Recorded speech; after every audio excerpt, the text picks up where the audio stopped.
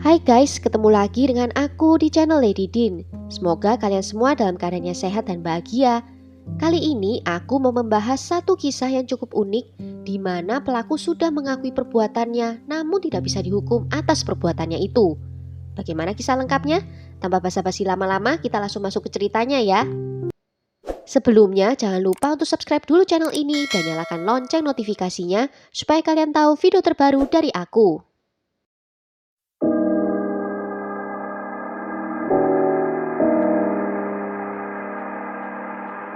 每日都會諗起個女咯，而家，特別過時過節啦，屋企而家都好冷冷清清，真係非常之傷痛嘅，簡直係度日如年。以前成日都同阿女有時去睇下戲啊、shopping 啊、食肆啊，即係食下嘢啊，同埋去旅行啊。而家喺過去呢2年到今時今日，我都未踏入去過一間戲院去睇戲，同埋亦都以前同佢去過地方，亦都唔會再去咯。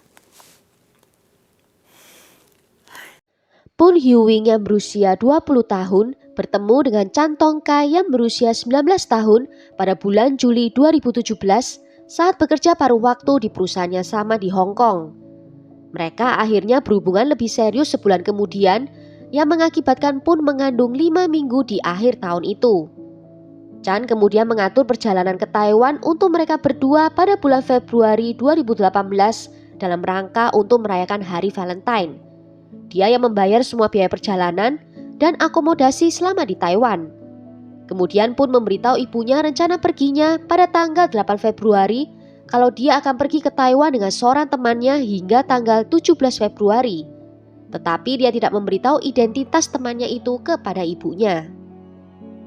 Di Taiwan, pasangan itu menginap di Hotel Purple Garden di distrik Datong. Pada tanggal 16 Februari 2018, malam sebelum pasangan itu seharusnya terbang kembali ke Hong Kong, mereka sempat pergi ke salah satu pasar malam di Taipei dan membeli sebuah koper merah muda di sana. Saat mereka kembali ke kamar di hotel, mereka sempat bertengkar tentang bagaimana cara mengemas barang-barang mereka ke dalam koper yang baru saja mereka beli. Pertengkaran itu berakhir dengan cepat dan keduanya berbaikan dan sempat melakukan hubungan badan di malam hari itu. Di tanggal 17 Februari, pukul 1:21 di dini hari, Poon mengirimkan pesan kepada ibunya melalui pesan WhatsApp yang isinya mengatakan kalau dia akan kembali ke Hong Kong pada malam harinya. Namun sekitar jam 2 dini hari, keduanya terlibat pertengkaran lagi tentang suatu hal lainnya. Saat itu Poon mengaku kalau anak yang dikandungnya dalam rahimnya itu adalah anak dengan mantan pacarnya. Dan dia juga sempat menunjukkan video saat dia berhubungan badan dengan mantan pacarnya itu. Chan menjadi marah dan hilang kendali, lalu dia mulai menyakiti Poon dan menghabisi nyawanya. Poon akhirnya meninggal dan kemudian Chan memasukkan tubuhnya yang kecil ke dalam koper, mengemasi barang-barangnya dan pergi tidur. Dan keesokan paginya, Chan membuang barang-barang Poon di tempat sampah di sekitaran hotel, namun dia menyimpan kartu ATM, kamera digital dan iPhone-nya. Kemudian dia menyeret koper itu ke stasiun metro Taipei. Setelah menempuh perjalanan selama 40 menit, dia turun di stasiun Chue dan membuang tubuh Poon ke semak-semak dari jalan setapak di sepanjang sungai Tamsui dan membuang kopernya di area lain. Chan juga menarik uang 20.000 dolar Taiwan atau 10 juta rupiah dari rekening Poon. Dia juga berbelanja banyak di Taiwan dengan melakukan debit dari ATM Poon yang nomor PIN-nya diketahui olehnya. Namun setelah itu dia berubah pikiran dan naik pesawat kembali ke Hong Kong pada malam harinya, dan di 2 hari berikutnya dia menarik lagi uang dari rekening Poon sebanyak 3 kali dengan total 19.200 dolar Hong Kong atau sekitar 35 juta rupiah untuk membayar tagihan kartu kreditnya. Orang tua Poon melaporkan hilangnya anaknya ke polisi Hong Kong pada tanggal 5 Maret. Mereka juga menemukan salinan kartu keberangkatan dan kedatangan Chan selama di Taiwan yang mengidentifikasi hotel tempat Chan dan Poon menginap, yaitu Hotel Purple Garden. Berbekal dari informasi ini, ayah Poon terbang ke Taipei untuk mengajukan laporan orang hilang dan mencari bantuan dari pihak hotel di sana. Hotel menyampaikan rekaman pengawasan ke polisi kota Taipei yang menunjukkan Pun dan Chan memasuki hotel pada tanggal 16 Februari. Tetapi hanya Chan yang pergi keesokan paginya sambil menyeret koper merah muda di belakangnya. Biro Investigasi Kriminal Taiwan menghubungi rekan-rekan di Hong Kong yang memanggil Chan untuk diinterogasi. Di bawah kehati-hatian, Chan mengaku telah menghabisi nyawa pacarnya itu. Dia juga mengungkapkan di mana dia membuang tubuhnya dan kepolisian Hong Kong langsung menahannya pada tanggal 13 Maret. Pada hari yang sama, pihak berwenang di Taiwan menemukan tubuh dari Pun yang telah rusak setelah melakukan pencarian selama 3 jam. Dalam interogasinya, Chan mengaku kalau di hari itu, saat dia hilang kendali, dia menatapkan kepala Pun ke dinding kamar hotel dan menekan lehernya dengan kuat selama 10 menit sampai akhirnya Pun meninggal dunia dan Chan memasukkan tubuhnya ke dalam koper sebelum pergi tidur. Bahkan dengan pengakuan langsung dari Chan, polisi Hong Kong tidak dapat menuntut dia atas pembunuhan itu karena mereka tidak mempunyai yurisdiksi atas kejahatan yang dilakukan di luar wilayah teritorial mereka. Akibatnya, Chan tidak bisa diperkarakan soal pembunuhannya. Sebaliknya, Chan hanya didakwa dengan pencurian dan tuduhan itu kemudian diubah menjadi 4 tuduhan pencucian uang karena uang yang ditarik dari rekening Pun adalah pelanggaran. Chan mengaku bersalah atas keempat tuduhan itu dan dijatuhi hukuman 29 bulan di penjara. Tetapi kemudian hakim mengurangi masa hukumannya sepertiganya dan dia dibebaskan pada tanggal 23 Oktober 2019 hanya menjalani hukuman 19 bulan saja.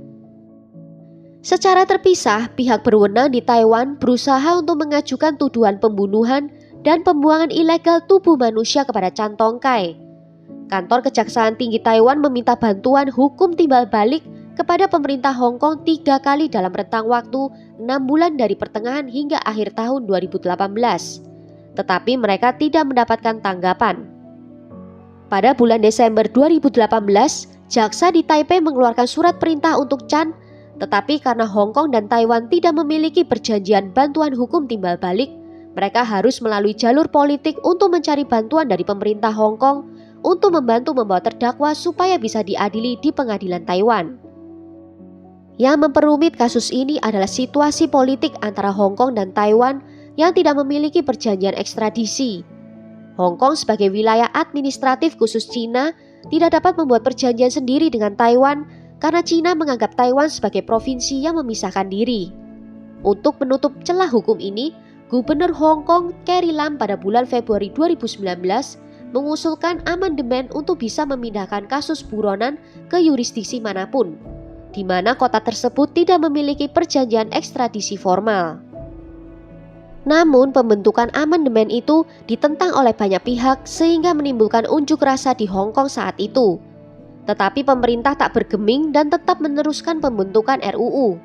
Protes pun terus berlanjut sampai menyebar ke berbagai distrik di seluruh kota dan berlanjut hingga tahun 2020. Mereka menggunakan kesempatan ini untuk memprotes dan meminta untuk menurunkan gubernur Hong Kong saat itu. Akhirnya pemerintah mengumumkan penarikan resmi undang-undang tersebut pada tanggal 23 Oktober. Beberapa hari sebelum hari pembebasan Chan, pemerintah Hong Kong merilis pernyataan yang menegaskan bahwa mereka tidak memiliki yurisdiksi atas dugaan kejahatan Chan di Taiwan. Dan mereka tidak memiliki alasan untuk memperpanjang hukumannya, yang artinya Chan bisa benar-benar bebas setelah keluar dari penjara. Tetapi di sisi lain, Chan menyatakan kesediaannya untuk menyerahkan diri kepada pihak berwenang Taiwan dan telah meminta pemerintah Hong Kong untuk membantu membuat pengaturan yang tepat. Pada hari pembebasannya pada tanggal 23 Oktober itu, Chan meminta maaf kepada keluarga Pun dan masyarakat Hong Kong pada umumnya karena secara tidak langsung karena kasusnya ini telah memicu terjadinya banyak kerusuhan di kota. Karena kasus ini juga menjadi isu politik yang sensitif, penyerahan Chan ke Taiwan akan ditunda hingga pemilihan presiden selesai. Dengan Taiwan menutup perbatasannya untuk non-penduduk karena pandemi COVID-19, Chan tetap berada di Hong Kong dan ditempatkan di bawah perlindungan polisi yang dia minta karena dia tidak tinggal lagi di rumah persembunyian polisi. Ibu dari Pun telah berulang kali menyerukan pertemuan tatap muka dengan tersangka di luar kantor pemerintah pusat. Pesan ini mengikuti adanya laporan kalau Chan tidak lagi tinggal di rumah persembunyian pemerintah dan keberadaannya tidak diketahui. Dan dia merasa takut akan hidupnya karena pelaku masih berkeliaran bebas. Well, sampai di sini dulu cerita kali ini. Bagaimana menurut kalian tentang kasus kali ini? Tulis ya pendapat kalian di kolom komentar. Akhir kata terima kasih karena sudah nonton video ini sampai akhir. Sampai jumpa di video berikutnya.